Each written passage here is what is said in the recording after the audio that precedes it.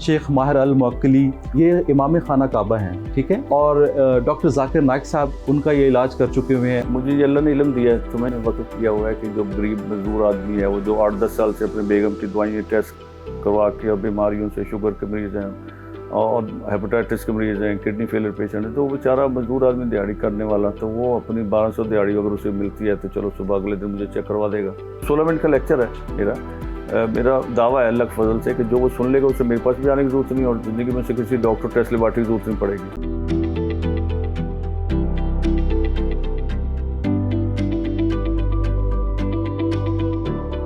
मेरे साथ मौजूद हैं डॉक्टर ज़फ़र इकबाल लोधी साहब। ना सिर्फ पाकिस्तान में बल्कि पाकिस्तान से बाहर भी जो है इन्होंने अपनी काबिलियत से अपना लोहा मनवाया है। जिन लोगों का ये इलाज कर चुके हैं नॉट ओनली इन पाकिस्तान बल्कि पाकिस्तान से बाहर भी, उनमें शेख अब्दुर्रहमान अस-सुदैस, शेख माहिर अल मुअक्कली, ये इमाम खाना काबा हैं, ठीक है। और डॉक्टर जाकिर नाइक साहब उनका ये इलाज कर चुके हुए हैं। इसके अलावा अगर मैं पाकिस्तान में बात करूँ तो हमारे बेशुमार क्रिकेटर जिसमें जावेद मियांदाद साहब हैं, शादाब खान हैं। आपका जो तरीका इलाज है ये बड़ा यूनिक है। आप जो है एक ही वक्त में इरोडोलॉजिस्ट भी हैं और न्यूट्रिशनिस्ट भी हैं, जबकि मैंने कुछ स्टडी किया है कि ये शायद दुनिया में बहुत कम लोग हैं या शायद ना होने के बराबर हैं जिनके पास ये दोनों डिग्रीज़ हैं या दोनों काबिलियतें हैं। सर, आप इंसान की आंख देखते हैं और आंख देख के आप जो है तरीका इलाज बताते हैं। अपने तरीका इलाज पे थोड़ी सी रोशनी डालिए। फ़खर ज़मान साहब, पहले तो आपका भी बहुत शुक्रिया, बल्कि आपकी टीम का भी, आपने मुझे इस काबिल समझा। और चलिए, ये जो मैं काम कर रहा हूँ आपके वसातत से हमारे जो आपके जो देखने वाले हैं नाज़रीन उन तक बस चली जाएगी बात। ये जो रेडियोलॉजी है इसका तो पाकिस्तान में कोई डॉक्टर नहीं है, ठीक है। और इंटरनेशनल तौर पे जो रेडियोलॉजिस्ट हैं वो न्यूट्रिशनिस्ट नहीं है, और जो न्यूट्रिशनिस्ट हैं वो रेडियोलॉजिस्ट नहीं है।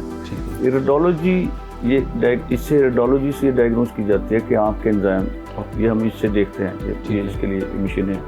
तो इससे हम ये देखते हैं कि आँख कौन से एंजाइम आपके कौन से डिज़ाइन डाइजेस्ट करने वाले एंजाइम हैं और कौन से नहीं हैं। रेडियोलॉजी तो से ये डायग्नोज की जाती है कि आपके बॉडी के कौन कौन से हिस्से इस वक्त में क्या क्या प्रॉब्लम आ रही है, तो वही डायग्नोज करके फिर आगे रेफ़र कर देते हैं। ट्रीटमेंट कोई और करता है या वो हर्बल से करते हैं या कुछ ऐसा। अच्छा, और जो न्यूट्रिशनिस्ट हैं वो क्या करते हैं कि वो जो अंडरवेट है उसको कहते हैं जी आपने गोश्त खाना है या दूध पीना है, और जो ओवरवेट है उन्हें कहते हैं जी आपने दूध नहीं पीना और केले भी नहीं खाने और आम भी नहीं खाने, और शुगर वाले मरीज़ों को कहते हैं कि केले आम नहीं खाने, आपने मीठा चाय नहीं फीकी पीनी ताकि आपकी शुगर ठीक रहे। और जो किडनी फेलियर पेशेंट हैं या डायलिसिस वाले पेशेंट हैं या लीवर के पेशेंट, उनको कहते हैं कि आपने प्रोटीन नहीं लेनी। अच्छा, उससे वो बेचारे जो है ना, वो जो हमारे न्यूट्रिशन बताते हैं उससे फिर वो इसी तरह बस वो थोड़ी सी उनकी गुजारा हो जाता है, जिससे कुछ ना कुछ उनकी सेहत बेहतर हो जाती है, लेकिन वो अद्वियात बंद करने की पोजीशन में नहीं होते ना। तो मैं क्योंकि रेडियोलॉजी से डायग्नोज कर लेता हूँ कि कौन से ग़िज़ाएँ आपके लिए ठीक है और कौन से नहीं हैं, और उससे एंजाइम में देख लेता हूँ। इस पर मेरी ज़ाती रिसर्च है, इसका फिर पूरी दुनिया में और कोई डॉक्टर नहीं, मैं इसका पायनियर में ही हूँ जो आयरस से देखता है, और फिर मैं फिर डाइट उसके एतबार से सेट कर देता हूँ। इसीलिए मैं सुबह से सारी दवाई बंद कर देता हूँ। अब नहीं समझा, और क्योंकि मुझे ये पता चल जाता है कि कौन सी ग़िज़ा इसके लिए ठीक है, तो मैं फिर वही वाली ग़िज़ा उसको शुरू करवाता हूँ। ये एक पीछे वजह है कि मैं सुबह से सारी दवाइयाँ बंद करने के काबिल होता हूँ। पिछले 25 सालों से सिर्फ 1000 रुपये आपने फ़ीस अपनी मुकर्रर कर रखी है, वो भी फ़र्स्ट टाइम। उसके बाद अगर कोई पेशेंट कोई 5-10 विज़िट भी करता है, जितने भी विज़िट करता है तो वो फ्री होते हैं। इसके पीछे क्या लॉजिक है? असल में ना मुझे ये अल्लाह ने इल्म दिया है तो मैंने वक़्त किया हुआ है कि जो गरीब मजदूर आदमी है, वो जो 8-10 साल से अपने बेगम की दवाइयाँ टेस्ट करवा के और बीमारियों से, शुगर के मरीज़ हैं और हेपेटाइटिस के मरीज़ हैं, किडनी फेलियर पेशेंट है, तो वो बेचारा मजदूर आदमी दिहाड़ी करने वाला, तो वो अपनी 1200 दिहाड़ी अगर उसे मिलती है तो चलो सुबह अगले दिन मुझे चेक करवा देगा। तो ये 1000 रुपये दिहाड़ी इसलिए रखी है। तो जो पढ़े लिखे लोग आते हैं तो, और जो मुआशी तौर पर ठीक होते हैं, तो वो हम कहते हैं चलो वो भी फ़ायदा उठा लें। तो यहाँ पे क्योंकि मैं एजुकेट करता हूँ, तो फिर हम यहाँ ना अपने 2 सेशन लगाते हैं। एक हम सुबह 10 बजे, उसमें 2 घंटे का सेशन होता है 10 से 12 बजे तक, और दूसरा सेशन हम शुरू करते हैं 12 बजे से 2 बजे तक। उसमें जो है ना 10-12 पेशेंट हम इकट्ठे बिठा लेते हैं, क्योंकि हमने एजुकेट करना होता है, हम इलाज नहीं करते ना। हम उसमें ये बता रहे हैं कि जिगर हमारा डॉक्टर है, इसे खुद चलाना सीख लें। वो जो 16 मिनट का लेक्चर है मेरा दावा है अल्लाह के फजल से कि जो वो सुन लेगा उसे मेरे पास भी आने की जरूरत नहीं और ज़िंदगी में से किसी डॉक्टर टेस्ट लेबार्टरी की जरूरत नहीं पड़ेगी। अब ये बात सुन के कई डॉक्टर भी हंसेंगे और पढ़े लिखे लोग हंसेंगे कि क्या बात कर रहे हैं ना। तो इसका मैं पिछले 25 साल से कर रहा हूँ और जो मेरे पास आए हैं उनके उन्हें पता है कि मैं सुबह से सारी दवाइयाँ बंद कर देता हूँ, सिवाय जो थायराइड जिनके थायराइड के ले रहे हैं तो 1-2 माह में उनकी बंद हो जाती है। या कोई एपिलेप्सी की ले रहा है तो वो फिर ग्रेजुअली उसका एक इशू होता है। तो या कोई एंटी डिप्रेशन ले रहा है, कुछ सीरियस एग्रेसिव है तो वो चलो वो भी 2-3 माह में वो बेहतर होते हैं, टेपिंग करते हैं। लेकिन ब्लड प्रेशर की, शुगर की, मैदे की सुबह से मैं सारी दवाइयाँ बंद कर देता हूँ। बेशुमार पेशेंट्स की हमने वीडियोस देखी हैं जो कि कोई यूरोप से है, कोई अमेरिका से है, कोई यूएई से है। तो सर कोई ब्लड प्रेशर का मरीज़ है, कोई शुगर का है, कोई डायलिसिस पे था, लेकिन वो जैसे ही किसी रेफरेंस से आपके पास पहुँचे हैं तो माशाल्लाह वो शिफायाब हुए हैं। तो सर ऐसा कौन सा जादू है आपके हाथ में जो कि आप बिल्कुल रिवायती इलाज नहीं करते, आपका एक तरीका इलाज बिल्कुल मुख्तलिफ है। तो आप इसके बारे में थोड़ा सा बताइए कि माशाल्लाह आपके पास जो भी पेशेंट आता है तो वो शिफायाब होके जाता है। बस अल्लाह शिफा देते हैं। जब वो हम इकट्ठे सबको पेशेंट को बिठाते हैं ना जी, तो वो बात पेशेंट ये सोचते हैं कि भाई हमें प्राइवेसी तो मिली नहीं। हालांकि मैं उन्हें कहता हूँ कि हम तो एजुकेट कर रहे हैं, वो तो क्लास लगी होगी 15 आदमियों की, तो फिर पेशेंट की तो हम एजुकेट कर रहे हैं, इलाज आपने खुद ही करना है अपना। ठीक है। अच्छा, फिर हमने उनके लिए किया एक प्राइवेट कॉन्फिडेंशियल फॉर्म एक है, जो पढ़े लिखे लोग हैं जो चाहते हैं तो उन्हें कहते हैं बात प्राइवेसी अपनी उस पर फॉर्म फिल कर ले। ठीक है।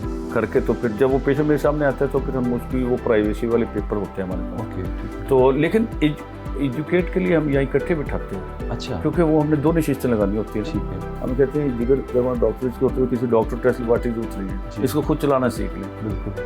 अगर ना चलाना सीखा तो सर्जरी की डॉक्टर टेस्ट लेबार्टरी से तो जान नहीं छूटेगी। डॉक्टर्स एमरजेंसीज के लिए होते हैं। ठीक है। डॉक्टर्स का इनकार नहीं है, हुक्मा और जो दूसरे लोग हैं जो जितने दुनिया में ट्रीटमेंट चल रहे हैं ये एमरजेंसीज के लिए होते हैं। कोई प्रॉब्लम आई तो जरूर शेयर करें उनके साथ, वो हराम थोड़ी है। ठीक है। लेकिन वजह नहीं डॉक्टर दूर करनी है। ब्लड प्रेशर गोली आपको दे देंगे, शुगर गोली दे देंगे, तो वजह तो आपने खुद दूर करनी है और खुद दूर करने सीखनी है। अगर ना सीखी तो सर्जरी की डॉक्टर टेस्ट मतलब आप एक परमानेंट इलाज बताते हैं कि सारी जिंदगी के लिए आपने कौन सी डाइट लेके चलनी है जिससे आपने सेहतमंद। हाँ, और उसमें जो डाइट है ना वो हम समझ लें। ठीक है।